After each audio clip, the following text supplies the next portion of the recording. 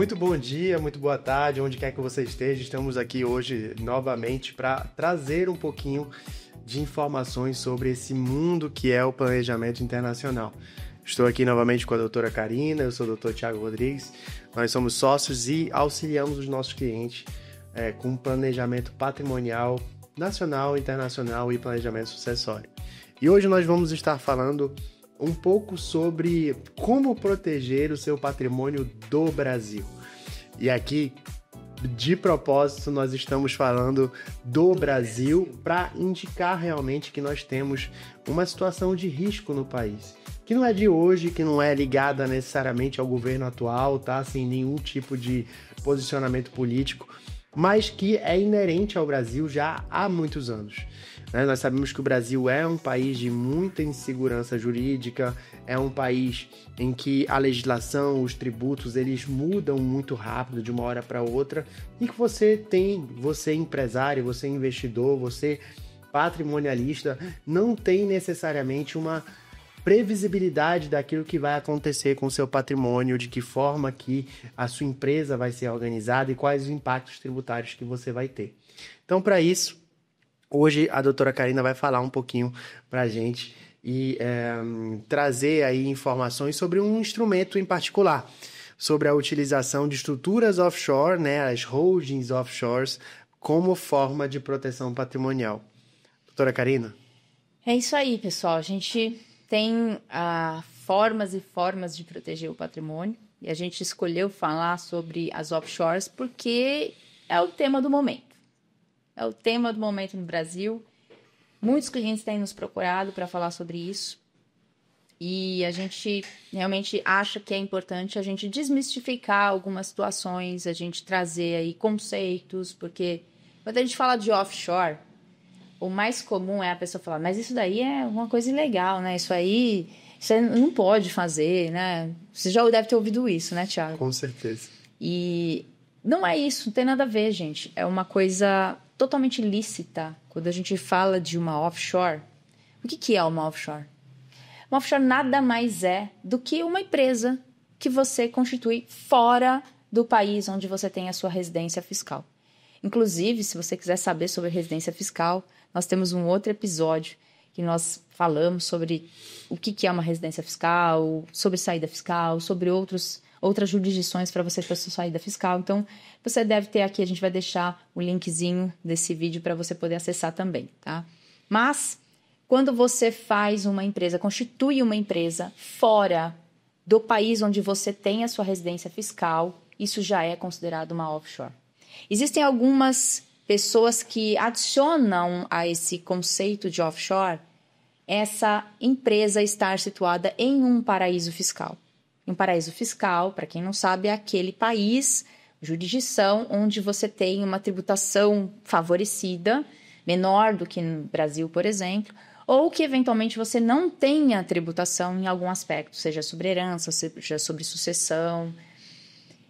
Mas não há essa necessidade. O fato de você ter uma empresa fora do país onde você tem a sua residência fiscal, essa empresa ela é considerada offshore, ou seja, uma empresa fora da costa do teu país. E isso não tem nada de legal, é simplesmente uma empresa. Uma empresa que você pode adotar para ter investimentos, você pode adotar para fazer um planejamento sucessório, você pode adotar uma empresa para ter negócios, efetivamente. Então, eu quero investir, eu quero constituir uma empresa para negócios num determinado país, porque naquele país a tributação é melhor do que no Brasil, para aquela atividade específica. Então, posso levar uma parte da minha operação para fora do Brasil através de uma empresa offshore, por exemplo? Pode sim. Óbvio que para isso a gente tem que fazer uma análise tributária do país onde você está indo e de qual é a sua operação para a gente ver, mas é perfeitamente possível você fazer um planejamento tributário internacional utilizando uma estrutura offshore, ou seja, utilizando uma companhia, uma empresa que é feita, constituída fora do Brasil. E a gente fala companhia porque as offshores, elas geralmente têm uma estrutura muito similar quando a gente fala em personagens da offshore. Quem são os personagens, os atores da offshore, digamos assim? É muito similar à nomenclatura que a gente utiliza no Brasil para sociedades anônimas. Então, você vai ter o acionista, que é a pessoa que detém realmente aquela companhia, o dono daquela empresa. Você tem o diretor, que pode ser um ou mais de um. O acionista pode ser diretor? Pode, não tem problema nenhum. O diretor é aquela figura que representa a offshore perante terceiros. Então, quem representa, quem assina por aquela empresa os documentos, vai ser o diretor da empresa.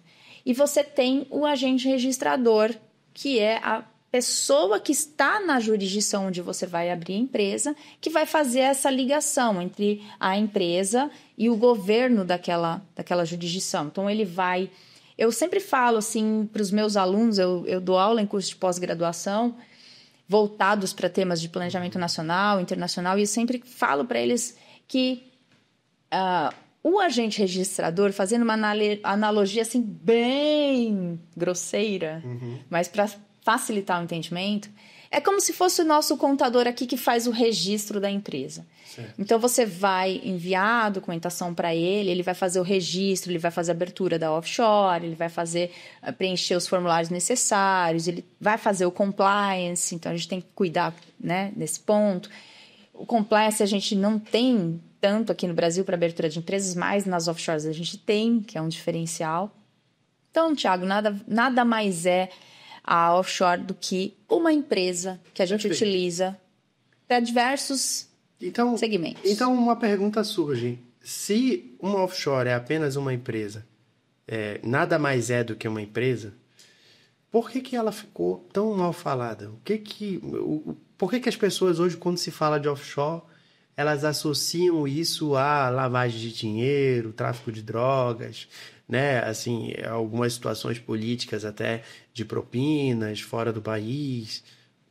O que trouxe essa má reputação para offshore? Algumas situações trouxeram essa má reputação para offshore. Realmente, num passado não tão distante, nós tínhamos a utilização dessas empresas para lavagem de dinheiro, para esconder dinheiro do país. Então, o pessoal queria esconder dinheiro aqui. Às vezes, olha, me paga numa conta que eu tenho fora, não vai nem entrar no Brasil esse dinheiro, não vou declarar aqui, eu vou manter isso dentro de uma companhia. Então, era uma forma muito utilizada para lavar dinheiro. E isso acabou gerando toda essa situação, porque nós tivemos, recente aí... acho que foi por volta de 2015, 2010, alguma coisa assim, né? O Panama Papers, que a gente explodiu essa notícia aí para todo mundo. Inclusive, o Panamá, nessa época, ficou assim, muito mal visto como uma jurisdição, embora seja uma excelente jurisdição para se trabalhar, é uma jurisdição segura. Algumas pessoas que atuavam lá que não tinham compromisso, digamos assim. Mas a offshore ela era utilizada, sim, para fins escusos. E por isso que eu falei da questão do compliance. Depois disso, essa situação de compliance, que na verdade é uma questão de conformidade, ou seja, você estar de acordo com a legislação fiscal, a legislação regulatória, a legislação civil daquele país. Então, você tem que estar em conformidade. Ficou mais acirrada. Então, você precisa hoje passar por todo um processo para verificar se aquela jurisdição, e aí a gente falando de jurisdições sérias, porque existem os países que são bem regulados, os países que não são tão regulados. Então, qualquer pessoa vai lá e abre uma empresa e está tudo bem. Mas para os países que nós trabalhamos no nosso escritório, né, Thiago? A gente utiliza jurisdições sérias, onde a gente tem a segurança de falar para o nosso cliente, olha, você pode pegar o seu patrimônio e colocar nesse lugar que ele não vai sumir. Né? Então, para isso, a gente precisa ter um compliance, fazer uma análise de todo o histórico da pessoa para justamente evitar. Mas essa situação ela ainda é de as pessoas entenderem a offshore como uma coisa ilícita, mas não é ilícito. Perfeito. E um pequeno adendo, Karina, a gente pode até comparar o comportamento dessas jurisdições, onde tivemos alguns escândalos, né, que ficaram com talvez uma má reputação através desses eventos, que as próprias jurisdições se movimentaram para que nós pudéssemos ter os acordos internacionais que foram firmados contra a lavagem de dinheiro, contra o combate ao tráfico de drogas. Para quê? Porque da mesma forma que nós queremos poder trabalhar com clientes que nós nos sentimos seguros de trabalhar, né? Então, cada profissional que atende clientes patrimonialistas, empresários, que você não é obrigado a trabalhar com ninguém. Você tem como escolher o tipo de cliente que você quer. Então, se você pode escolher porque você quer ter uma boa reputação, porque você quer atrair bons clientes, essas jurisdições também passaram a agir dessa forma, né? Porque hoje, para você abrir uma conta, para você abrir uma empresa numa jurisdição séria, você precisa ter a origem dos seus recursos devidamente justificada, presentes e declaradas no país onde você é residente fiscal. E assim a gente tem ali uma origem para aqueles recursos que vai ser validada por aquela instituição que trabalha ali naquela jurisdição. Então, esse é um fator muito importante que as pessoas precisam entender, né? Às vezes a gente vai falar de offshore com alguns clientes e eles ainda acham que, nossa, mas você quer levar uma mala de dinheiro para abrir uma conta num país estranho? Não funciona. Primeiro que você não consegue nem viajar mais com uma mala de dinheiro assim, dessa forma, né? Então, tudo é feito através dos canais oficiais, com os devidos reportes para Banco Central, para a Receita Federal. Não estamos falando de nenhum tipo de solução ilícita para quem quer dar uma destinação, vamos dizer assim, diferente para recursos que não são declarados, tá? Exatamente. E esse processo de compliance foi aí onde também se originaram aqueles acordos. Nós temos o FATCA, que é um acordo americano, que os Estados Unidos faz um acordo com outros países para monitorar o comportamento do americano em outros países em termos de bancos, informações bancárias. Então, onde aquele americano tem conta, onde a empresa de um americano tem conta, né? Então, é um acordo bilateral, que a gente fala, Estados Unidos com algum outro país, onde os Estados Unidos vão fornecer algumas informações por exemplo, Brasil e Estados Unidos. Então, os Estados Unidos vai informar ao Brasil algumas questões relativas às contas de brasileiros nos Estados Unidos e o Brasil vai informar uma porção de coisas dos americanos, né? Então, existe até um certo desequilíbrio na troca de informações. Sim. E a gente tem também o CRS, que aí sim é um acordo multilateral, onde a gente tem vários países trocando... Menos os Estados Unidos, óbvio, que aí ele tem o próprio, né? Vários países trocando informações. Isso. Então, a história de eu vou abrir uma conta fora através de uma offshore e ninguém vai ficar sabendo porque eu não estou declarando isso no meu imposto de renda, isso é conto da carochinha hoje. A gente não tem mais como... pode até ser que você não saiba que... a Receita Federal daquele país possui aquela informação, mas que eles possuem. Então, isso veio justamente para a gente limpar a situação da visibilidade da offshore como uma coisa ilícita, como uma coisa ilegal. Certo. Mas, Karina, assim, então, se já entendemos o que é uma offshore, entendemos por que ela teve essa má reputação, né? Mas ela vai realmente conseguir proteger meu patrimônio? Se eu levar os meus bens, se eu levar uma parte dos meus recursos daqui do Brasil para fora, para uma empresa dessas, se eu colocar os meus imóveis que estão aqui no Brasil debaixo de uma empresa dessa, eu vou estar realmente protegendo o meu patrimônio do Brasil? Vamos lá. Depende muito do tipo de patrimônio, tá? Para a gente falar com certeza absoluta, uma proteção 100%, digamos assim, primeira coisa, você não pode estar envolvido com nenhuma atividade ilícita. Então, se o seu dinheiro se os seus recursos são de origem ilícita, aí a gente não tem como garantir nada disso. Se o teu objetivo é esconder... tirar, né, do país, mas se você quiser esconder algum recurso, se você quiser utilizar essa estratégia, né, para esconder recursos e etc., isso a gente não tem como garantir nenhum tipo de proteção. Primeiro ponto.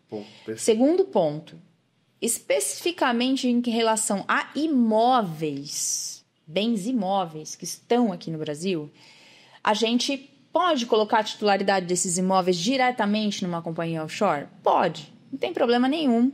A restrição que nós temos é para imóveis rurais, porque para imóveis rurais, quando a gente fala de bens rurais, existe uma restrição para o estrangeiro ser proprietário de um imóvel rural no Brasil. Então, até 3 módulos rurais, e aí vai depender muito, porque cada módulo rural, cada cidade, cada município tem uma área. Então, uma área, por exemplo, um módulo rural pode equivaler a 50 hectares, outro pode ser a 100 hectares. Então, daí vai depender do lugar onde está o seu imóvel. Até 3 módulos rurais, uma pessoa física estrangeira pode ser proprietária de um imóvel no Brasil, sem qualquer tipo de restrição. Já para áreas acima disso, você vai depender do tamanho da área, você vai precisar de uma autorização do INCRA ou você vai precisar de uma autorização do Congresso Nacional. Então, não é uma coisa simples de se obter. E quando a gente fala de uma offshore, que aí a gente está falando de uma pessoa jurídica, aí, independentemente da área, a gente tem a necessidade da autorização do INCRA, você tem que mostrar para que vai ser utilizado aquele imóvel, tem que apresentar um projeto. Então, é uma situação mais complexa. Tá? Então, esse é um primeiro ponto. Segundo ponto,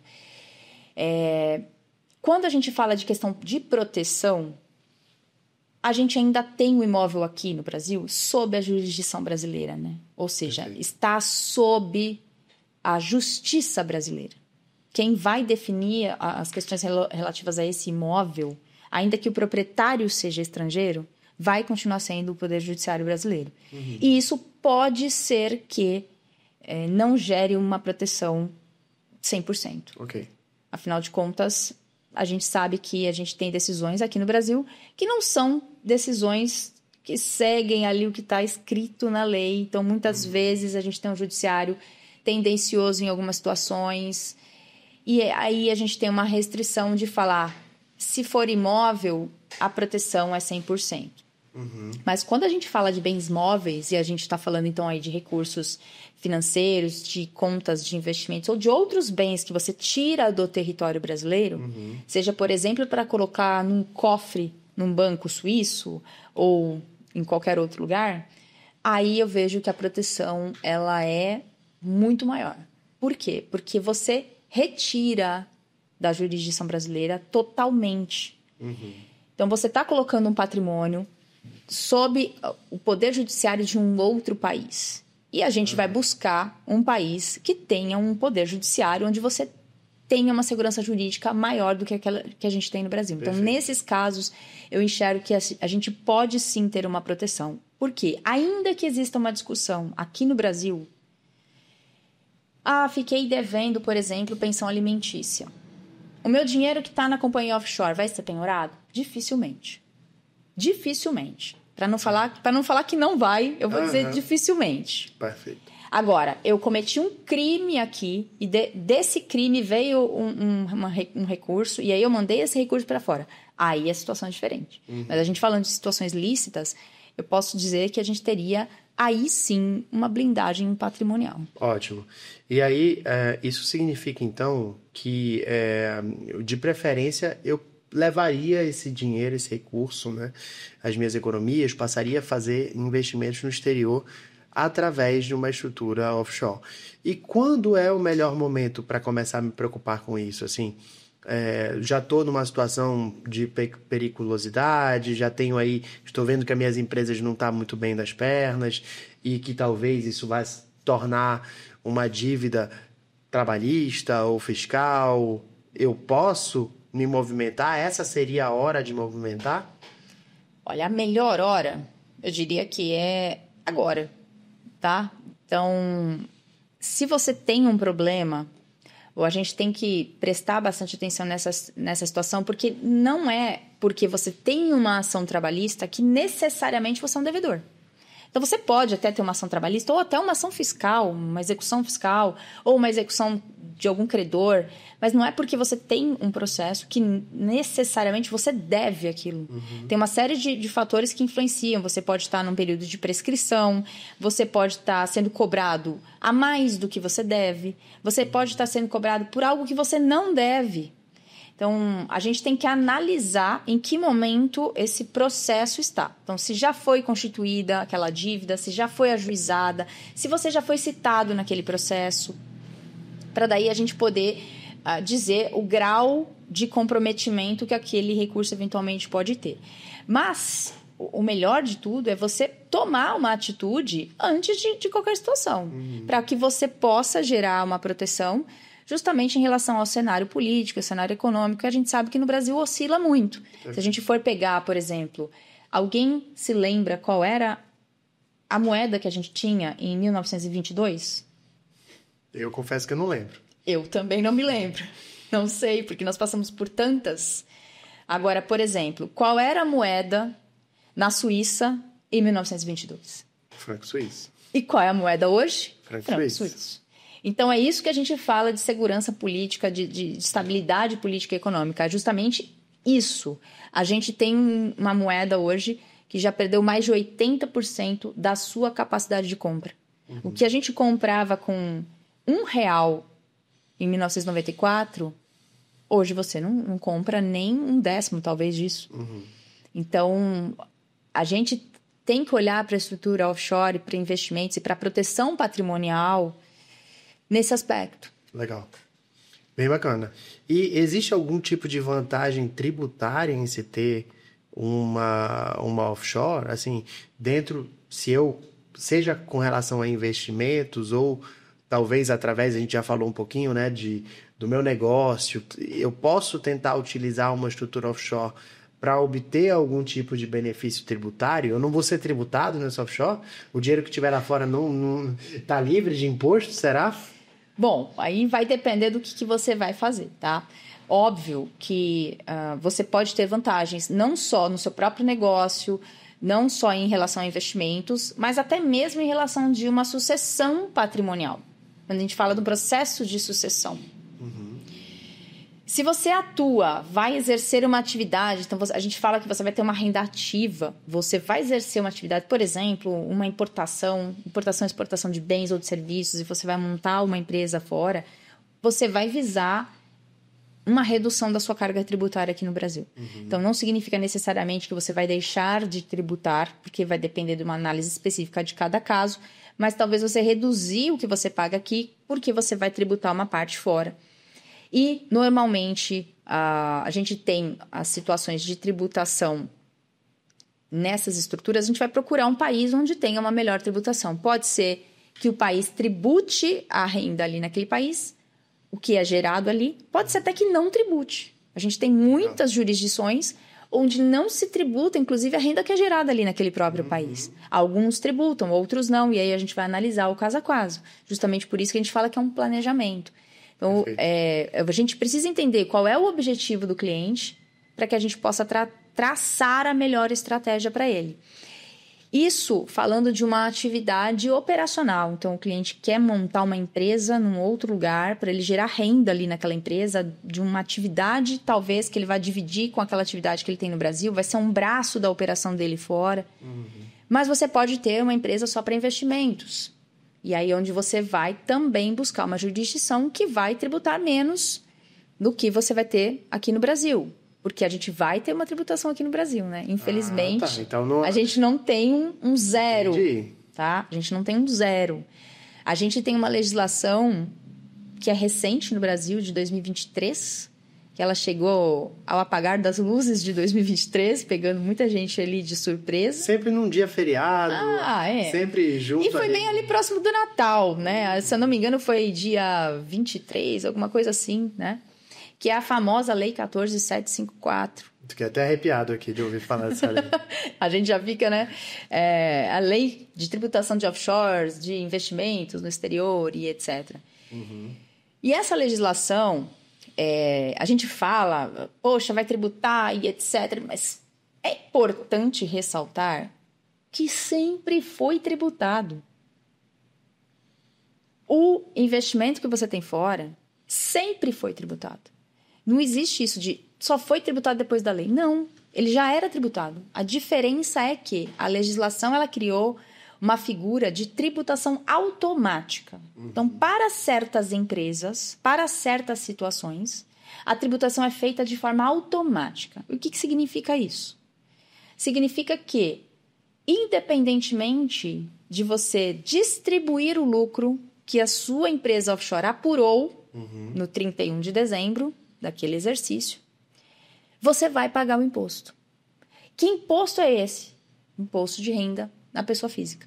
Então, a pessoa física que recebe aquele dividendo, ela vai tributar em 15% aquele dividendo, independentemente disso ter entrado na conta dela. Então, apurei lucro na minha empresa, fecho o balanço no dia 31 de dezembro, a contabilidade vai verificar. Apurou lucro? Apurou. Então, eu vou tributar em 15% aquilo.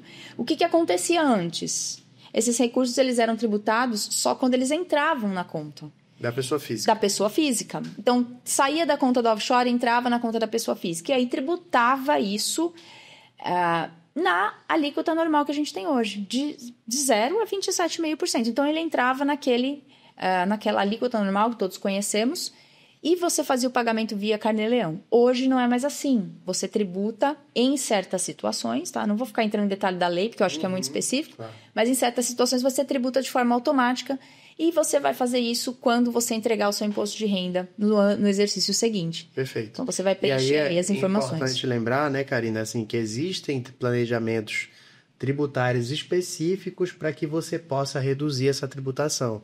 Afinal de contas, o que está sendo tributado é o lucro que aquela empresa vai ter naquele ano especificamente, que não necessariamente precisa ser da mesma forma que nós trabalhamos aqui com o lucro real no Brasil, em que as empresas buscam estratégias para aumentar as suas despesas, isso também pode se aplicar a uma estratégia lá fora. Tá? Então, é algo, obviamente, que a gente consegue também auxiliar no nosso escritório e para auxiliar o cliente a buscar essa situação, pelo menos de neutralidade fiscal aí que durante muito tempo foi aplicada. Exatamente. E a gente estava falando da tributação ou do planejamento para uma atividade operacional, para uma questão de investimentos. E como eu disse, também existe a possibilidade de você utilizar o offshore para um planejamento sucessório, reduzindo também, e aí depois a gente vai entrar no outro cenário, que a gente vai falar um pouquinho dos Estados Unidos, que é uma jurisdição que os brasileiros gostam muito, e é importante a gente trazer esse alerta. Eu já falei algumas vezes sobre isso, mas é bom reforçar, porque tem muito brasileiro que não sabe como é que funciona a tributação nos Estados Unidos e acha que não vai ter impacto nenhum, né, de ter patrimônio lá. Foi bem legal você falar sobre isso, Karina, porque a gente pode aproveitar essa oportunidade para esclarecer algo que muitas vezes passa desapercebido. Que muitas vezes, quando nós estamos falando de sucessão, a gente só se preocupa com o ITCMD aqui no Brasil. E o ITCMD no Brasil é o Imposto de Transmissão, Causa, Mortes e Doações, que incide nas doações e nos processos sucessórios, né, obviamente, e que tem uma alíquota que vai hoje de 2% a 8%. Isso aí é um discurso que todo mundo conhece, todo mundo sabe, todo mundo está sendo bombardeado o tempo todo com informações sobre isso. Entretanto, o que as pessoas esquecem é que cada país tem o seu imposto sobre herança. Alguns não aplicam, né, como é o caso de alguns paraísos fiscais, mas a grande maioria dos países onde as pessoas fazem os seus investimentos, como os Estados Unidos, como a Suíça, né, outros países europeus, eles vão ter suas próprias regras de incidência de imposto sobre herança. Então, quando você possui um patrimônio no exterior, você precisa entender que aquele patrimônio está sujeito ao imposto sobre herança, que não necessariamente vai ser imposto sobre herança no Brasil. Eu sempre gosto de contar um caso de uma pessoa, de uma indivídua francesa que herdou um bem que estava na fronteira da Suíça com a França.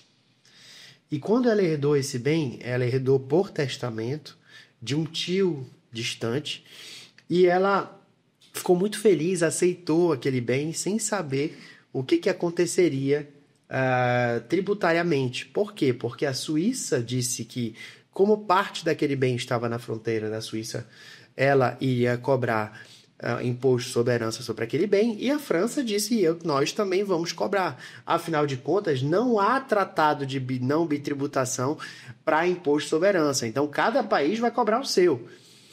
E aí, no caso dela, especificamente, por ela ter uma certa distância entre a pessoa que deixou aquele bem e ela, ter sido herdado por testamento, ela ficou devendo 50% de imposto sobre herança na França e 55% de imposto sobre herança na Suíça. Ou seja, ela teve que vender o imóvel e ainda ficou devendo 5% de imposto. Então, assim, isso mostra para vocês, assim, é um exemplo real, tá, gente? Isso realmente aconteceu, não é uma história inventada. E para vocês que o imposto sobre herança, ele vai influenciar diversos fatores. Você vai ter a questão de você ser nacional ou não ser nacional, vai ter a questão do bem, se o bem está localizado lá. Então, muito dessa estruturação que a gente está falando hoje também auxilia nessa proteção sucessória. Exatamente. E como eu falei para vocês, a gente tem uma fissura do brasileiro pelos Estados Unidos. Eu não sei qual é a razão dessa aproximação tão grande, mas a gente sabe que muitos brasileiros gostam de investir nos Estados Unidos, comprando imóveis. Então, compram imóveis para fazer a locação desses imóveis ou compram imóveis para morar, para passar férias. Vai lá, compra um imóvel em Miami. Eu tenho um apartamento em Miami. É legal falar, eu tenho um apartamento em Miami e tal.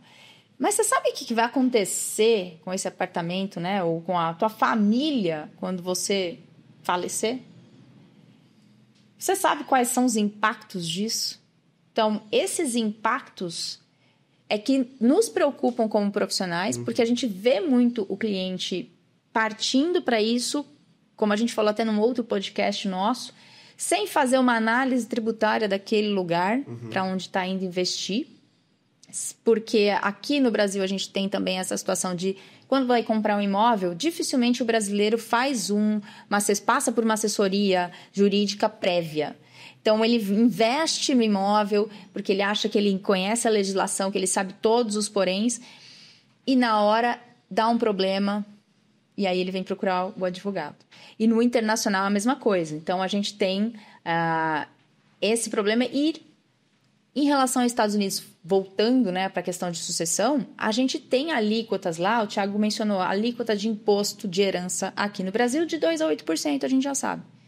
Mas nos Estados Unidos a gente tem uma alíquota que vai de 18% a 40%. Agora todo mundo fala, é 40%. Não é 40%, pode chegar a 40%. Mas para vocês terem uma ideia do impacto disso, um imóvel de aproximadamente $480 mil,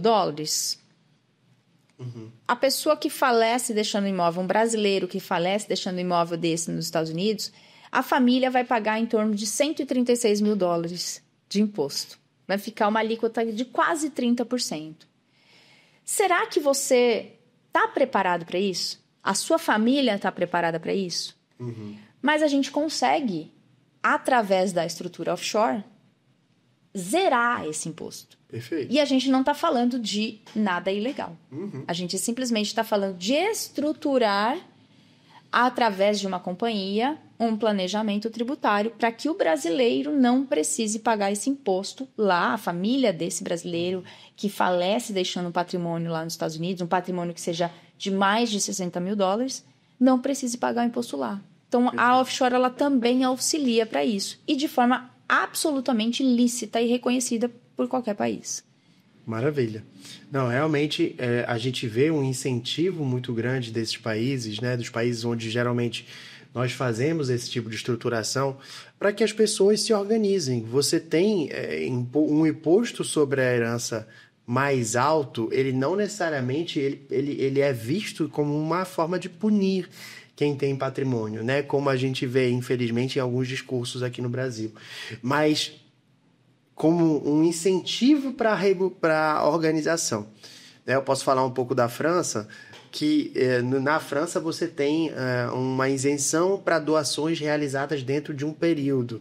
Até fiquei muito orgulhoso agora do estado do Amazonas, que fez um programa de isenção de doação de imóveis a cada 5 anos para os seus filhos. Então, isso mostra que a gente ainda tem uma ponta de esperança para que os comportamentos comecem a também reproduzir os elementos bons que a gente encontra lá fora. né? Então você tem um incentivo muito grande para se organizar em vida, para que você possa vir a se beneficiar de uma isenção, às vezes até completa, sobre como imposto Portugal, da por herança, exemplo, né? como, Que por não exemplo, tem, Portugal. na sucessão direta, né, de ascendente para descendente, não tem tributação Não de há herança. tributação, exatamente. Né? Então você tem muitos discursos, infelizmente, né, inflamados, dizendo que, olha, mas lá fora a tributação sobre a herança é enorme, a tributação da herança é super alta, mas eles têm tantos mecanismos de planejamento sucessório para evitar esse imposto que só paga imposto sobre herança nesses países mais desenvolvidos quem quer. Os próprios Estados Unidos, Tiago, a gente sabe que tem para o residente fiscal americano uma isenção que chega a quase 14 milhões de dólares. Então você está falando, todo mundo vai pagar imposto de herança nos Estados Unidos? Não vai pagar quem tiver mais de 14 milhões de dólares. Então, a alíquota é maior do que no Brasil. Mas aqui no Brasil, em alguns estados, você, não importa o quanto seja, você não tem isenção nenhuma, você paga o imposto. Às vezes é o único imóvel da família que vai precisar ser inventariado e às vezes precisa ser vendido para pagar o imposto, porque aquela família não tem uma isenção, dependendo do estado para estado, né? Como você estava falando da herança, na França também é extremamente elevado. Exato, exatamente. Então, Karina, assim, entendi que uma estrutura offshore pode ser interessante para mim, para fugir do risco Brasil, para estar protegendo meu patrimônio. Entendi que uma estrutura offshore não é ilegal, é algo que realmente pode ser feito com toda a transparência, com toda a segurança. Entendi que pode ser algo vantajoso para o meu negócio, né? Então eu posso utilizar uma estrutura offshore para obter um benefício tributário ou até para otimizar o funcionamento do meu negócio. E entendi também que dentro de um planejamento sucessório, a estrutura offshore ela é um instrumento válido e excelente para proteger não só da questão sucessória aqui no Brasil, mas da questão sucessória lá fora. Entendido tudo isso, ok, eu quero abrir meu offshore. E aí? O que eu posso esperar? A partir de quanto que vale a pena falar de offshore, né? Tenho 10 mil dólares, será que eu já posso abrir um offshore? Ou eu preciso ter um patrimônio maior, é algo reservado para quem tem muito patrimônio? Vamos lá, a primeira coisa quando a gente fala de abertura de uma offshore é entender o que o cliente está precisando. Então, não o que ele está buscando. Exatamente. Eu não posso dizer, olha, você precisa de um mínimo de X sem saber qual é o objetivo do cliente. O que você vai fazer? Você vai abrir um negócio lá, você vai fazer investimentos, você quer fazer um planejamento patrimonial, um planejamento sucessório. Então, esse é o primeiro ponto. O segundo ponto, a gente tem que entender que, sendo uma empresa, a gente tem custos de abertura, assim como a gente tem no Brasil. Só que, diferente do que no Brasil, a gente tem custos de manutenção. Então, as jurisdições, elas normalmente cobram taxas anuais de manutenção para que essa empresa continue aberta naquela jurisdição. Aqui no Brasil, você abre uma empresa na junta comercial e você não precisa pagar uma taxa para que essa empresa continue aberta. Você vai precisar entregar suas declarações e não deixar ela inativa sem entregar declarações. Mas você não precisa pagar uma taxa. Se você não tiver nenhuma movimentação, você continua com ela aberta desde que você entregue as suas declarações. Mas nessas jurisdições no exterior, onde a gente trabalha com as estruturas offshore, a gente precisa pagar uma manutenção. Então, a gente tem um custo de abertura, a gente tem um custo de manutenção dessas empresas. Okay. E isso vai variar de jurisdição para jurisdição. Então, eu posso ter uma jurisdição que vai cobrar $2.000, $2.500. Eu posso ter jurisdições que vão cobrar $10.000. Isso vai depender. Então, Luxemburgo, por exemplo, é uma jurisdição muito mais cara. Agora, você vai abrir em Ilhas Caimã, Bahamas, Ilhas Virgens Britânicas, já é um custo mais baixo. Então, o que eu preciso considerar quando eu vou abrir a minha companhia offshore? Primeiro, que eu tenho que manter essa empresa aberta, então vou ter que ter um custo para isso. E hoje também precisamos de alguém que faça a contabilidade por conta da Lei 14.754, já que a gente tem que apurar se houve ou não lucro para saber se vai ou não ter que pagar imposto aqui no Brasil, imposto de renda. Então, é mais uma coisa a se pensar, que até 2023 isso não era necessário em muitas jurisdições. Então, a gente precisa avaliar esse cenário. O que a gente tem interpretado, assim, de uma forma... Falando de uma forma mais abrangente, que caberia aí para muitas pessoas, voltando a dizer que a gente tem que analisar o caso a caso, mas a gente fala que, assim, a gente precisaria, no mínimo, ter um montante que pague a própria empresa. Que os rendimentos, ou seja, daquele, eu vou investir, daquele valor... Exatamente, eu vou investir num país... Então, esse investimento que eu vou gerar ali vai... tem que ser necessário para pagar, para me retornar, né? Porque eu não estou fazendo investimento, eu tenho que ter um retorno. Claro. Então, eu tenho que me retornar alguma coisa e tem que ser suficiente para pagar os próprios custos da empresa. Porque senão eu vou começar a usar o meu patrimônio para pagar esses custos. Né? Então, a gente chega aí por volta de uns $250 mil para se dizer, olha, com esse montante você consegue ter um retorno financeiro e você consegue bancar os custos dessas jurisdições. Perfeito. E aí, voltando a dizer que depende muito de cada lugar e do que Isso for... seria especificamente para investimentos, Sim. né? Assim, obviamente que aquelas pessoas que estão buscando abrir uma offshore para deter um imóvel ou então para a sua operação, a lógica não vai ser a mesma. Exatamente. E da mesma forma que você precisa investir em estruturas nacionais para fazer a sua empresa funcionar, e muitas vezes numa reorganização societária você vai abrir diversas empresas, o custo de manutenção dessa offshore vai ter que entrar nos custos operacionais do seu negócio. Exatamente. Então, a gente analisa, como eu disse, a gente vai ter que conhecer o perfil do cliente, entender o que ele precisa, e a partir do que ele contar para a gente vai estruturar a melhor alternativa para ele. Às vezes até montando mais de uma companhia. Então, uma companhia para investimentos, outra companhia para imóveis. Podemos montar diversas estruturas e aí vai depender. Mas a gente tem que pensar nesse aspecto de a empresa precisa se pagar. Então, não adianta montar uma empresa e você ficar perdendo dinheiro, né? Põe o dinheiro para render e ele ser totalmente consumido pelos custos de abertura da empresa. Tá? Doutora Karina, acho que nós cobrimos muito bem esse tema, né, de como proteger o seu patrimônio do Brasil através de uma estrutura offshore. Acho que é um tema muito interessante e que nós podemos auxiliar diversos clientes que estão hoje preocupados com a situação no Brasil, que estão preocupados com o aumento da carga tributária e que querem diversificar. Acho que a diversificação ela é chave, né? Nós ouvimos aí de todos os profissionais que trabalham com investimentos o quão importante é você ter uma diversificação do seu patrimônio, não colocar todos os ovos na mesma cesta. E esse processo de estruturação internacional, ele faz parte dessa diversificação. Então, muito obrigado por todo esse esclarecimento, né? Se quiser acrescentar ainda algo aqui antes de nós finalizarmos. Eu acho que a gente precisa realmente começar a olhar para o cenário internacional, Thiago, como uma alternativa para o Brasil, por conta de tudo isso que a gente vem assistindo.